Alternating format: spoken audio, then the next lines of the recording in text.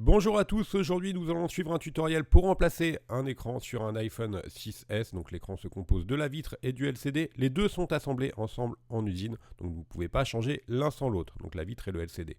Alors nous allons suivre un tutoriel avec un écran nu, donc sans les nappes prémontées. D'accord, donc vous allez devoir récupérer les éléments sur votre vitre d'origine. C'est une réparation qui n'est pas très compliquée, il faut compter à peu près une demi-heure et la difficulté est notée 3 sur 5 sur notre site.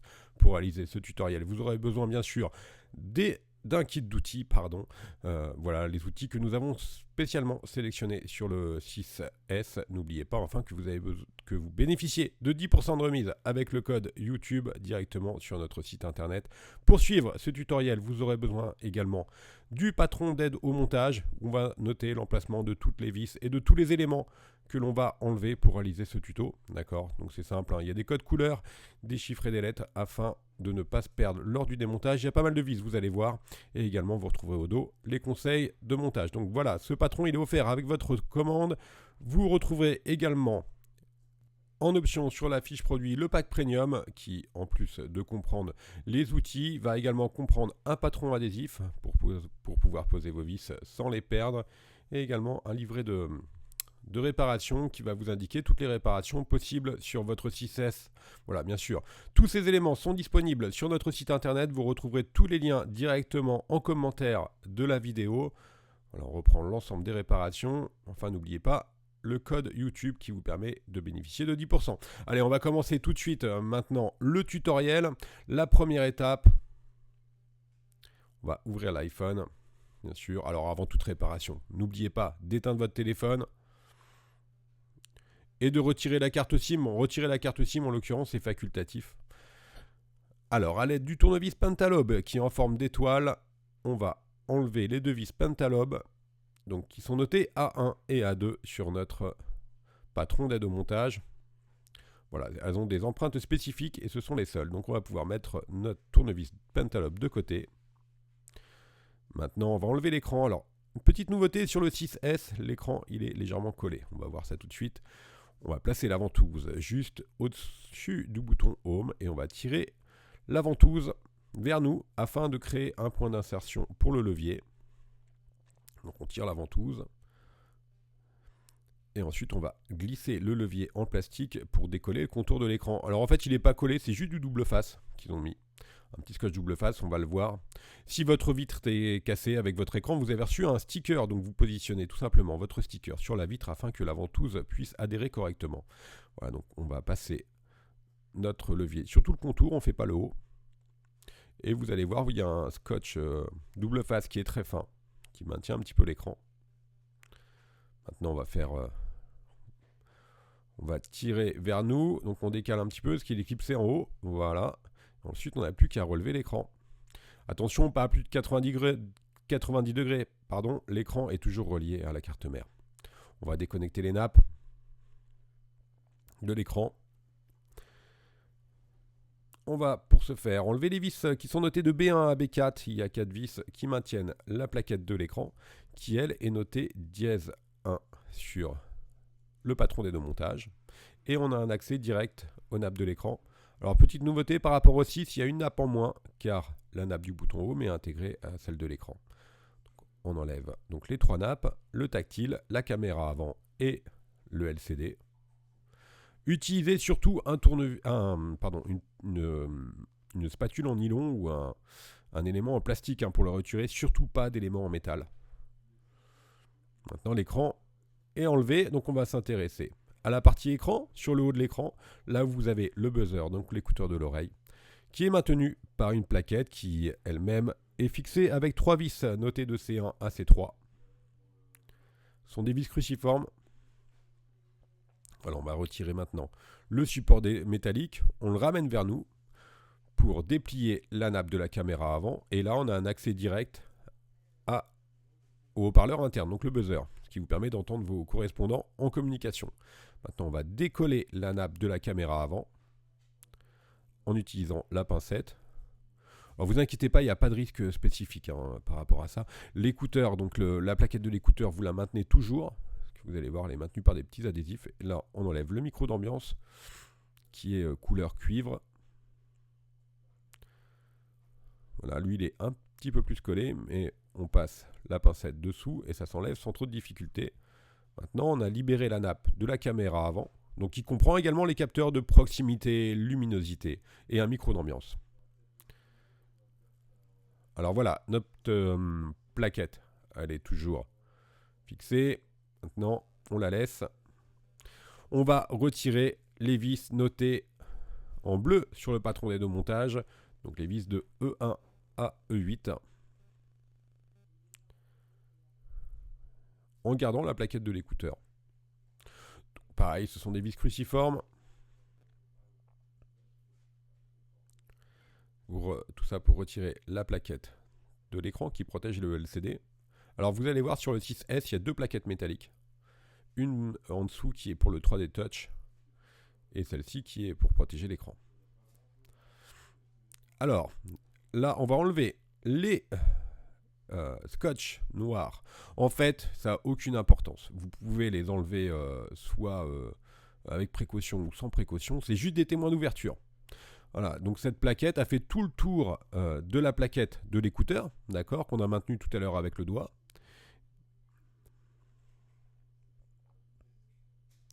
Et c'est juste des scotch qui permettent, qui servent de témoins d'ouverture en fait, pour Apple. Voilà, maintenant, on peut enlever la plaquette métallique.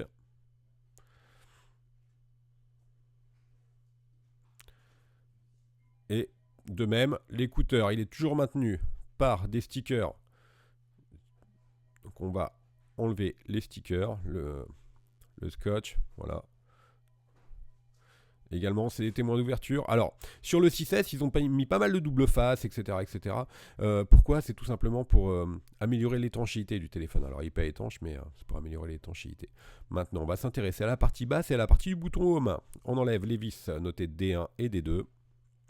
Et on retire la plaquette qui maintient le bouton Home, qui elle est notée dièse 2 sur votre patron d'aide au montage. Maintenant, avec précaution, on va très délicatement déconnecter la nappe du bouton Home. Alors, un petit point sur la nappe du bouton Home.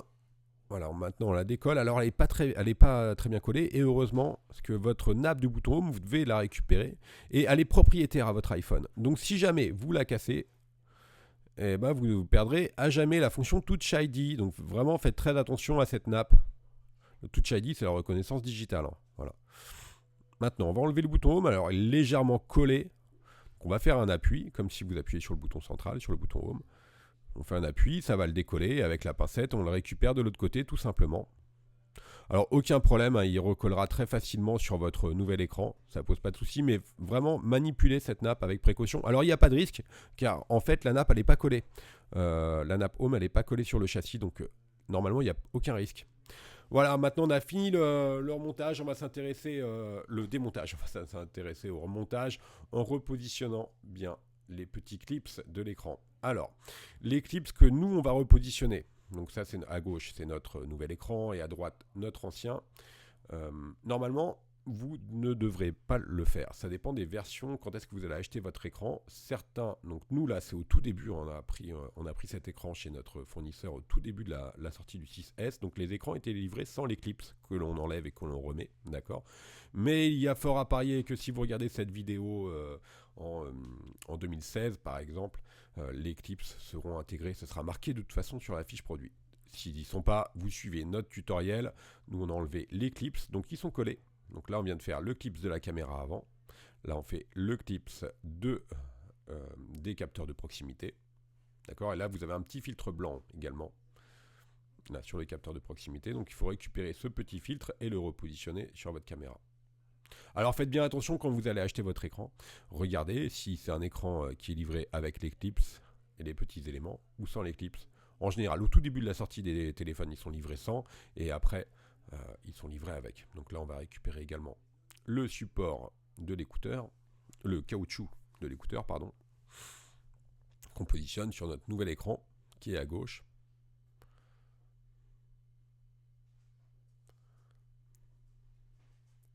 Alors ça recolle sans difficulté, surtout que ça va être maintenu par l'écouteur de l'oreille.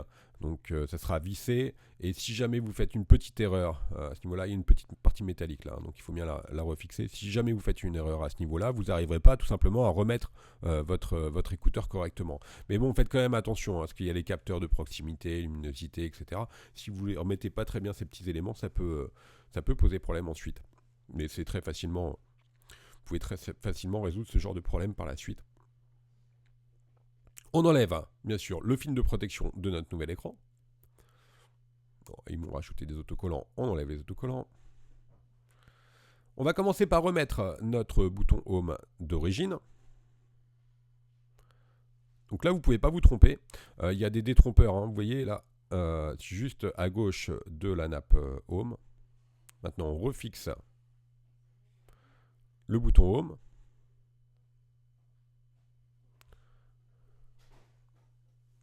Toujours, on manipule cette nappe avec précaution.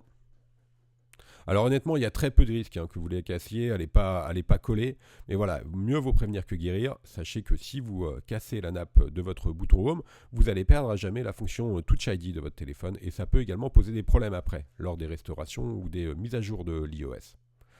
On repositionne notre plaquette de la nappe Home qui était notée dièse 2. On refixe les deux vis qui la maintenaient. On vérifie si le bouton Home clipse correctement.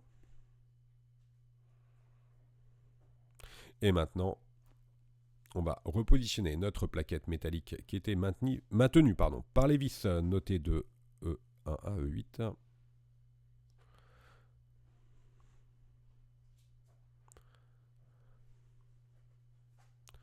Voilà, on vérifie bien que la nappe est bien passée en dessous, en haut. Vous voyez, il y a un petit truc métallique. Et elle doit passer, le truc métallique il est au-dessus.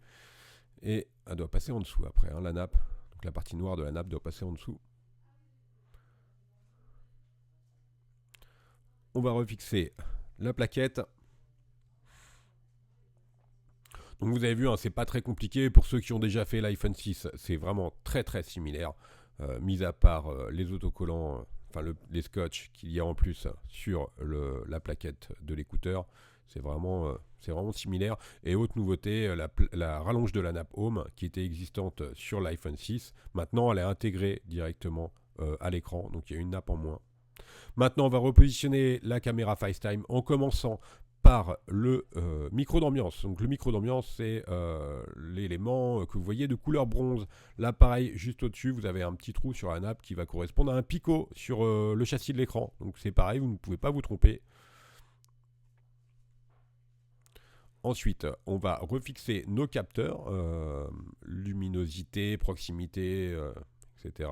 sur leur bon emplacement. Là, c'est pareil, la nappe, elle a fait des plis à l'origine, donc vous ne pouvez pas vous tromper non plus. Chaque élément va se repositionner tout seul. Alors, si vous voyez que ça force un petit peu, c'est tout simplement que vous avez mal repositionné vos clips tout à l'heure. Voilà. Donc, il faut bien repositionner les clips, et après, on maintient cette partie-là. Donc on va maintenir là où il y a les capteurs. On ne remet pas la caméra FaceTime, rappelez-vous, on va la remettre après. On repositionne déjà notre écouteur, donc les picots vers le haut, les petits picots en cuivre vers le haut, ils font contact avec la partie, avec les quatre ronds, voilà, couleur cuivre. On remet la caméra FaceTime. Donc ça se ferme comme un livre. Là, tout doit être enclenché parfaitement pour pouvoir passer à l'étape suivante où on va remettre le support de l'écouteur interne, du buzzer, qui est lui maintenu par 3 vis. C1, C2 et C3. Voilà, donc on laisse appuyer l'écouteur pour pas qu'il ressorte. Et le dernier. Maintenant, on n'a plus qu'à remettre notre écran sur notre iPhone, bien sûr, en reconnectant les 3 nappes. On vérifie qu'elles sont dans le bon ordre. D'accord. Donc si besoin, on repasse les nappes dans le bon ordre. Alors, l'écran LCD, le tactile et enfin à droite la caméra FaceTime. Vous devez entendre l'éclipse. Alors faites attention, les nappes elles sont relativement fragiles. Et si après vous avez un écran qui fait des stries ou des trucs comme ça, c'est tout simplement que vous avez mal reconnecté vos nappes. Maintenant, on va remettre la plaquette métallique notée dièse 1. Alors faites très attention à ce moment-là. Il faut vraiment remettre les bonnes vis au bon endroit, elles ne font pas la même taille. Et si jamais vous êtes trompé de vis au départ, vous risquez d'endommager la carte mère qui est juste en dessous. Donc au pire, si vous êtes sûr de vous et que vous avez utilisé le patron, il n'y a pas de problème, vous remettez les vis au même endroit. Et si jamais vous avez mélangé vos vis, et au pire, ne remettez pas toutes les vis. Voilà, si vous avez un doute, ne remettez pas les vis, c'est pas très très grave. Mais notamment sur le 5S, ça peut poser problème. Bon, sur le 6S, on ne sait pas encore, on n'a pas de... Voilà, on reclipse l'écran en commençant par le haut. Et maintenant, on n'a plus qu'à appuyer fortement. Et on remet les deux vis Pentalome notées A1 et A2 pour finir le tuto. Alors par rapport au scotch double face qui faisait le contour de l'écran, c'est juste pour améliorer l'étanchéité. Il n'y en avait pas sur le 6 et le 6S, hein, c'est exactement la même chose. Mais il n'y en avait pas sur le 6 et le 6S. Donc là on a remis les deux vis Pentalome, pardon. L'écran, on peut rallumer le téléphone maintenant. Donc juste pour finir sur le scotch double face qui fait le contour de l'écran. Là on est au tout début du 6S. Mais je pense qu'ensuite les écrans seront vendus avec du scotch double face. Sinon vous récupérez celui d'origine. On vérifie. On met le code, on vérifie que tout fonctionne. Voilà, tout est OK. On va vérifier également le Touch ID. C'est parfait, tout marche bien. Voilà, vous retrouverez les écrans sur notre site internet. N'oubliez pas que vous avez 10% de remise avec le code YouTube. Merci à tous de nous avoir suivis et à bientôt pour de nouveaux tutoriaux. N'oubliez pas que vous retrouverez plus de 100 tutoriels sur notre site internet de réparation sur les iPhones et les autres smartphones. Merci à tous.